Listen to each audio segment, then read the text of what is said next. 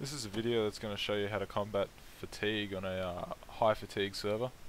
So at the moment on the Borderline Tactical server, we see most of the public, you'll find these on most servers where they've got a machine gun, rocket launcher, pistol, of course the attachments, extra missiles, first aid kits, tracers, the heaviest rigs they can get, the biggest backpacks they can get, every coloured smoke, and you'll find that you're hitting the actual load cap of the player itself. They've even brought things like designators, and one thing with designator is no batteries, they can't actually use it as a designator, but you kind of get the idea that you don't need to overload your character to have fun.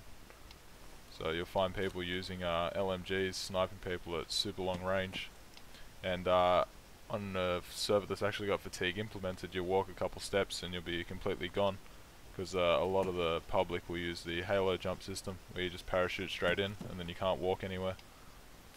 This is going to be showing you a more sensible loadout. So I've got something like just your standard AMX. I'm going to go for just vanilla weapons. You don't always need night vision, that can go on your character. You don't always need chem lights. Don't always need attachments, that's another night thing. Just a standard rig, 6 mags, 2 grenades. You don't even need the pistol sometimes.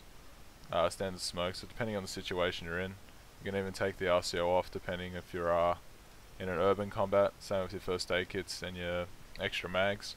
The reason you always want to bring a backpack is if you bring a vehicle with you, like you should, you can always pack away stuff that you aren't going to end up using. So you'll see the weight of the character dramatically drop, so I'm not even going to use the pistol either. That should all fit into the backpack. You can drop that on the ground, and the weight of your character is a lot lighter now, and you'll have no problem moving around.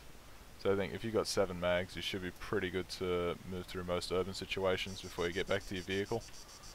And then you've also got a loadout which is sort of super light. And the super light loadout's basically where you need to be running around.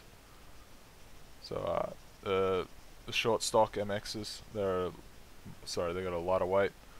Slash bandoliers, you can drop the weight quite a bit on the character if you're experiencing a lot of fatigue, because once fatigue kicks in, the longer you run, the worse it's going to be. After having fatigue for a set amount of time, the fatigue just adds on to actually get rid of it towards the end. So when you're waiting around your other players who don't have as much fatigue, they're going to get out of that fatigue state a lot faster than you are. This is a video made by Borderline Tactical.